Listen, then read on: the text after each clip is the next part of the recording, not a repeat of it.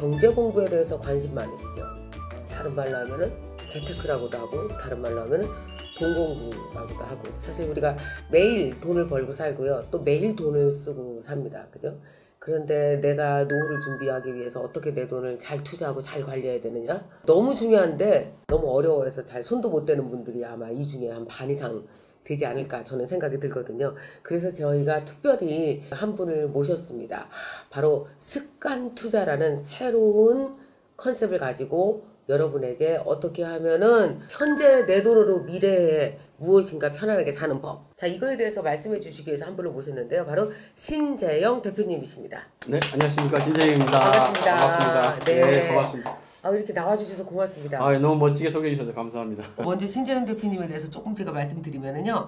안암골에서 학창 시절을 보내셨나요? 예. 그리고 미국 미시간 대학에서 경영 공부를 하시고요. 네, 그렇습니다. 대우증권 신입사원으로 입사하셨군요. 네, 88년도에 입사했습니다. 88년도에 기획 마케팅 분야까지 그리고 전무까지 승진하셨어요. 네, 그렇습니다. 금융 분야에서는 굉장히 신화적으로 성공하시고 또한 통찰을 갖고 있는 분으로 지식과 실력을 겸비하신 분으로 유명하신 분입니다.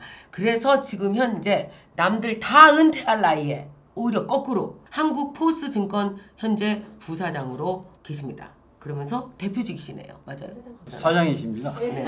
죄송합니다. 그간의 모든 금융 노하우, 한국 금융의 문제점, 여러분 앞으로 어떻게 돼야 된다, 이렇게 가야 된다까지 싹 다 정리해서 얘기해 준다. 그래서 제가 이걸 우리만 알면 너무 미안한 것 같아요. 정말 주옥 같은 실천적으로 여러분이 적용하기 너무 좋은 얘기라 각자 금융에 관련해서 생각하는 분야가 다 다르고 또 생각하는 어떤 그 방법이 다 다르시겠지만 그러나 또 한 가지 여러분 삶의 지혜가 되실 거라 생각이 들어서 그 팁을 좀 달라고 제가 바쁘신 분을 굳이 나오라 그래서 이렇게 모셨습니다. 다시 감사합니다. 감사합니다. 제가 먼저 여쭤봐도 되겠죠? 예, 그렇습니다. 제가 점심 먹으면서 여쭤봤던 얘기 그대로 여쭤볼게요. 네. 정말 솔직하게 내가 궁금했던 거. 저는요 주식 싫어해요. 일단 망할 것 같아. 그리고 우리 집안에 주식해서 망한 애가 2명 있어요. 실제로. 아마 여기 방송 보시는 분 대부분 그렇지 않을까요? 우리나라에서 주식 투자, 개미 투자하면 다 망해. 이 생각 갖고 있어요. 그거 설명 좀 해주세요. 왜 그런 건지. 그 많은 분들이 아마 주식의 실패 경험도 있으시고 또 펀드에 대한 두려움도 갖고 계시는 것 같습니다만 근데 그건 한마디로 해서는 오해이고 잘못된 편견입니다. 그래요? 주식이나 펀드는 실질적으로 우리가 꼭 알아야 하고 어떤 부를 축적하기 위해서는 그 중요한 수단이 됨에도 불구하고 많은 분들이 주식과 펀드에 대해서 오히려 위축돼 있다든가 잘못된 편견을 가지고 또 잘못된 정보를 가지고 잘못된 습관으로 투자를 하다 보니까 실패와 또 그에 대한 상품에 대한 두려움을 많이 가진 걸로 저는 보고 있습니다. 그에 대한 그 잘못된 오류들과 진실들에 대해서 제가 낱낱이 얘기해 주세요. 불편한 진실이지만 제가 그동안 30년 동안 있었던 노하우를 중심으로 해서 오늘 또 김미경 대표님께서 하신 이 TV에 나왔기 때문에 제가 자세히 그리고 친절하게 말씀드리도록 하겠습니다. 그래서 오늘 제가 말씀드리는 가장 키포인트 하나인데요. 디지털 시대에서 우리가 무엇을 투자할 것인가, 어떻게 투자할 것인가 방법에 있어서는 비용과 관련된 개념이 확실해진다는 겁니다. 비용에 대해서 과거보다 훨씬 센서티브하게 바라봐야 된다는 거죠? 그렇습니다.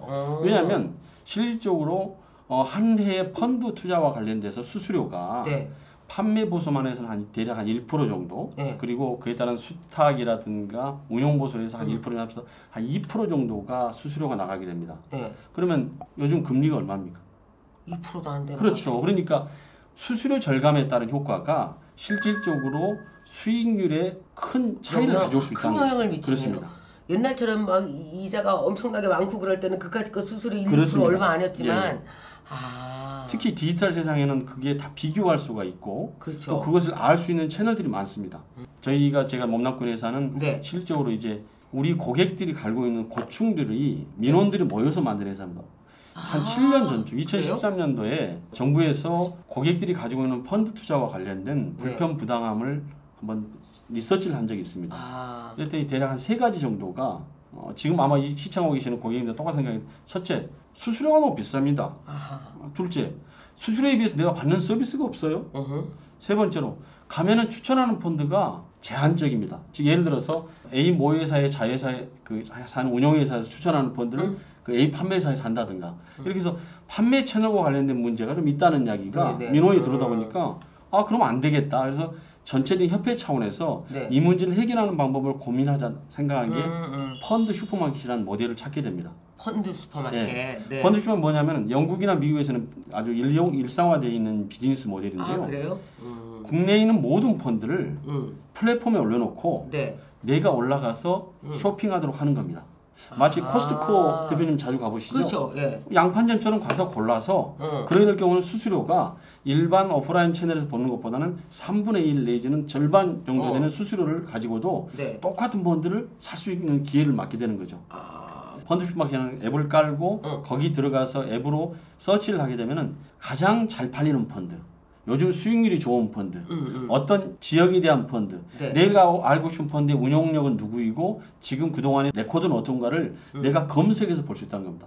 즉 내가 남에게 듣는 것보다 직접 들어가서 내가 손으로 눈으로 확인하고 내 정보를 통해서 내가 고를 수 있는 기회가 생기는 거죠. 그런데 이걸 하려면 내가 지식이 없다 보니까 그렇지. 이 랭킹과 관련해서는 검색해 줄 수 있는 여러 가지 툴들이 있습니다. 들어오시게 되면. 그리고 또 전화로 상담할 수도 있고 그러는데 일단은 가장 중요한 것은 이 정보들이 모여 있고 이 정보를 통하여 내가 투자할 수 있는 기회를 잡았다는 것은 내가 최소한 2% 정도의 수익률은 챙길 수 있다는 것이죠. 그렇죠.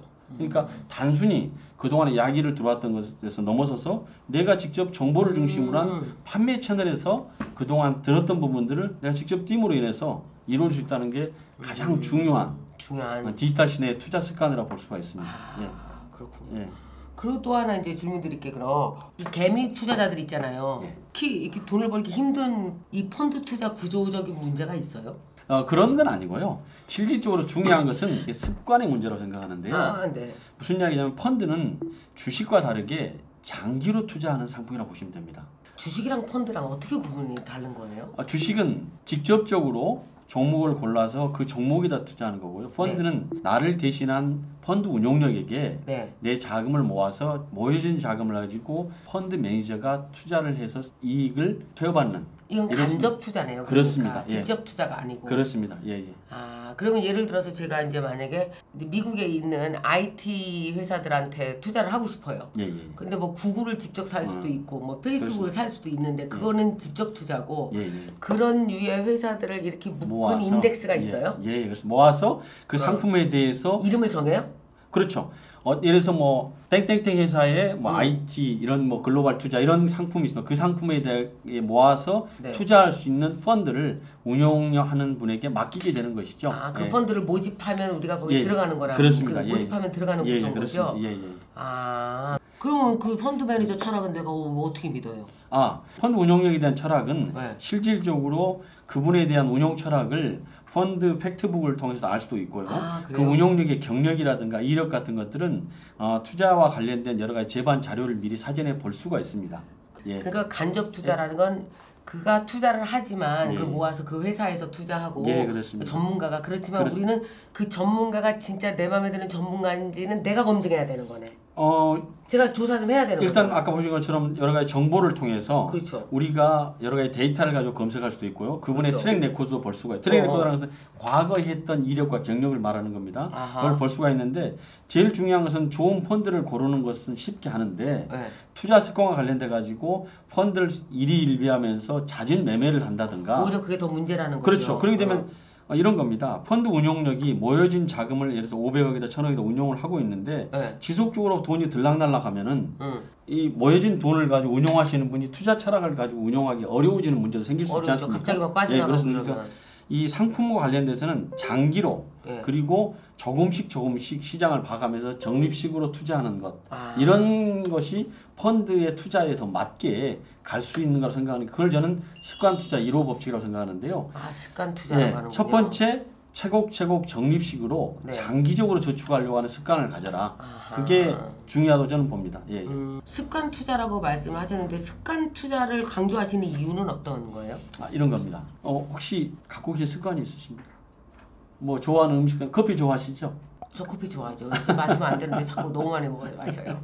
커피값이 요즘 많이 올라서 비싼 것도 있습니다만 뭐 이렇게 뭐 외국의 좋은 커피 같은 경우는 뭐 베트남 커피 좋아해요. 뭐 5,000원, 만원 이러지 않습니까? 그러면 하루에 한 잔의 커피값을 예를 들어서 5,000원씩 매일 투자를 하신다면은 5,000원 투자하면 한 달이면 얼마죠? 5,000원 15만 원이죠. 네.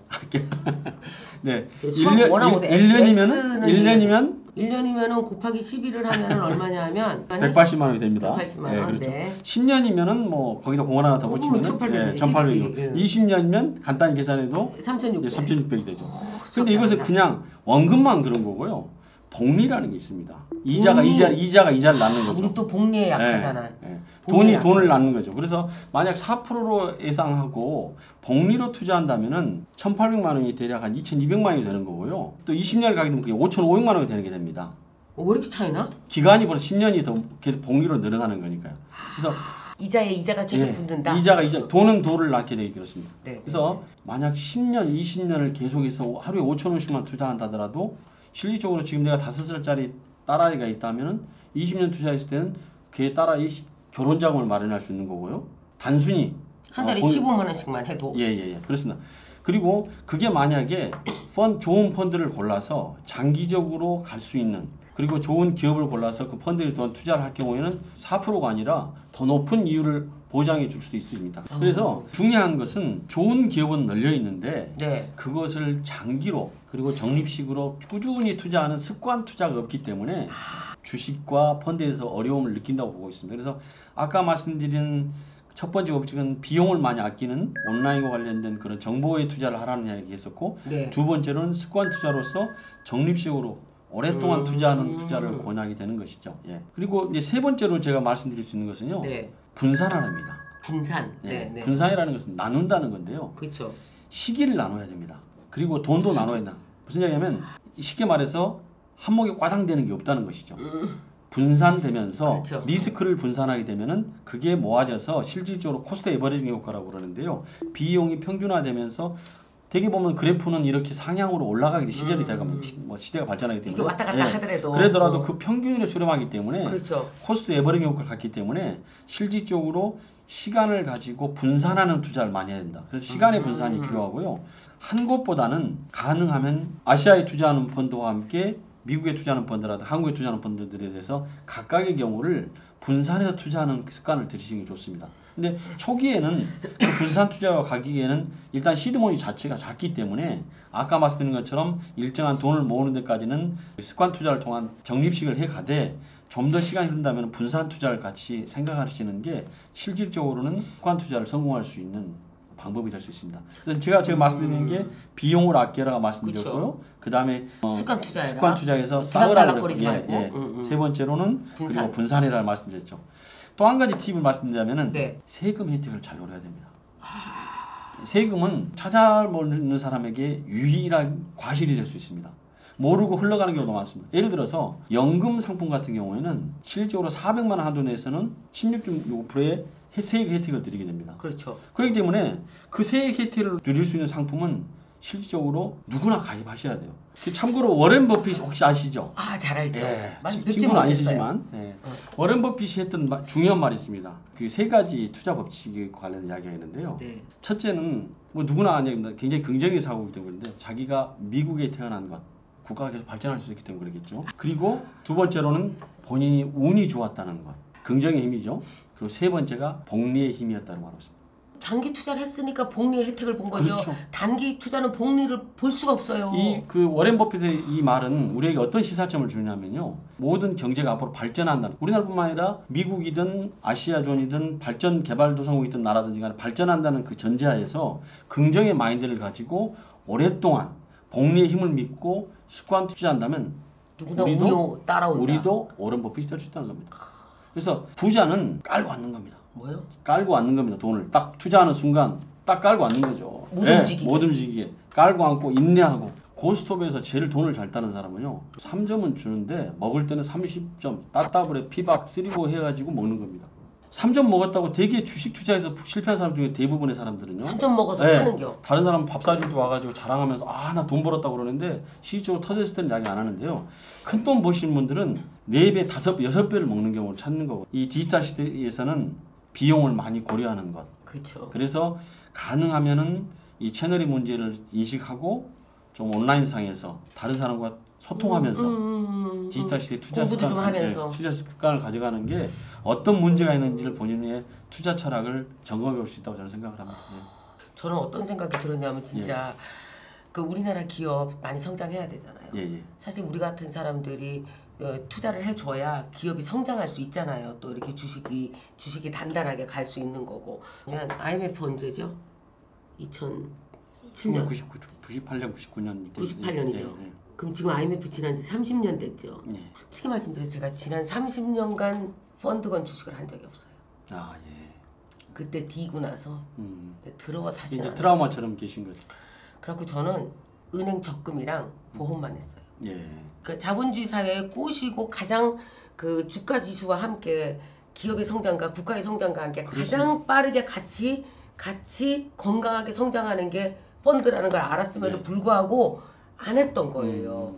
근데 왜 안 했는지 알았어요. 저 역시도 내 머릿속에 주식과 펀드는 단기라고 생각이 있었던 거예요. 장기 투자라고 하면 최소 몇 년을 봐요, 우리가? 5년, 10년, 최소한 10년 이상을 보는 경우도 있는데 저 같으면 5년 정도 묻어두신다면 될 것 같고요. 5년 정도? 그럼 해도 되겠네, 제 나이에도. 충분히 아시죠. 그리고 중요한 것은 습관 투자가 몸에 배게 되면요.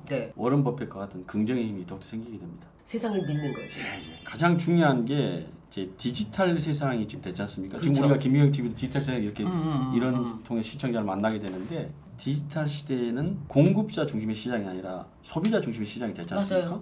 왜냐하면 우리가 여기 계신 분들끼리 같이 댓글도 달고 같이 커뮤니케이션을 하면서 유튜브도 마찬가지예요.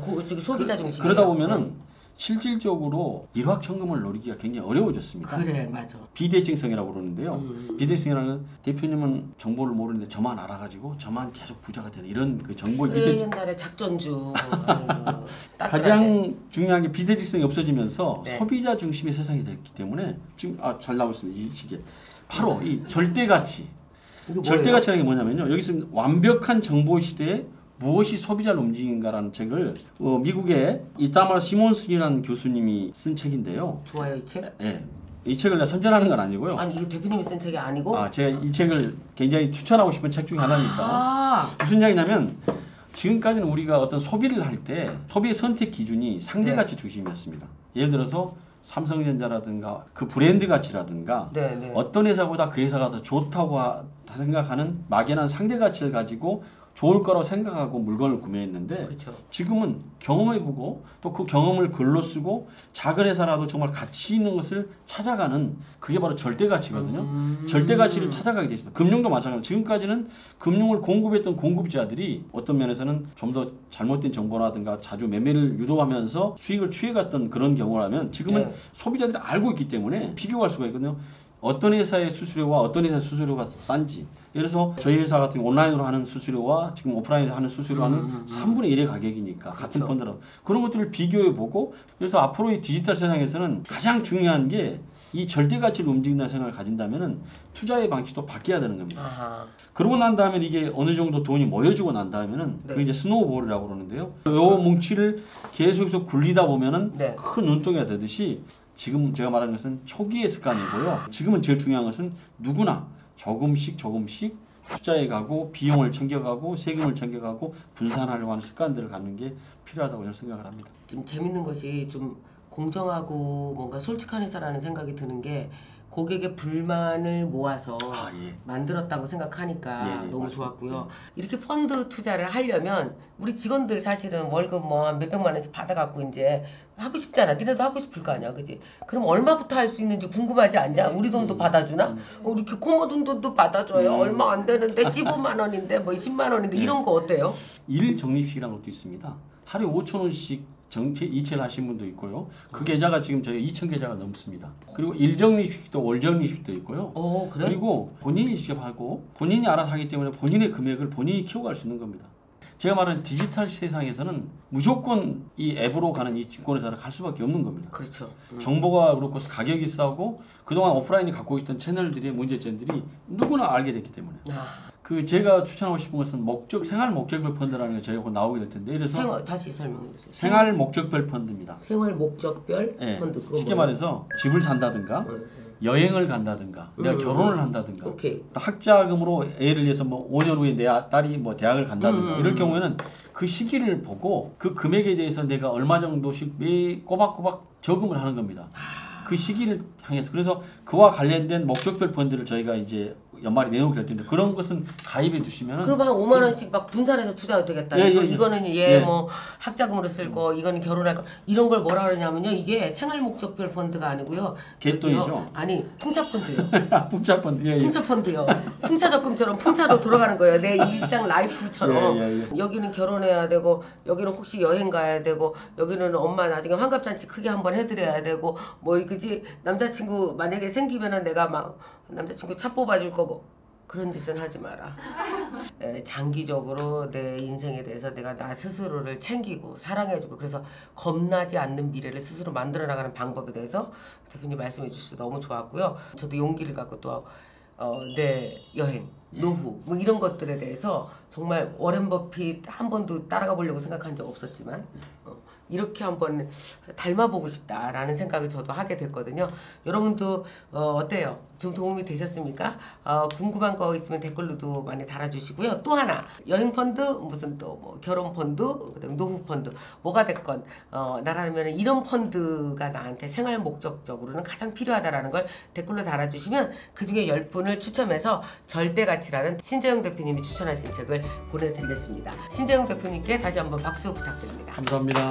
성공 투자하십시오. 네, 고맙습니다. 네네네. 안녕하세요. 타잔이라고 합니다. 여자로 알고 계셨는데 남자고요. 학장님께서 이런 말씀 하지 말라고 하지만 만나서 정말 반갑습니다. 이게 기다렸고. 예. 함께해서 계속 원래 새벽에 못 일어나고 10시, 11시로 하는데 요즘 새벽에 일어나고 삶의 많은 부분에서 이렇게 성장하고 있어서 참으로 감사하게 생각합니다. 앞으로도 이게 자주 뵙겠습니다. 감사합니다.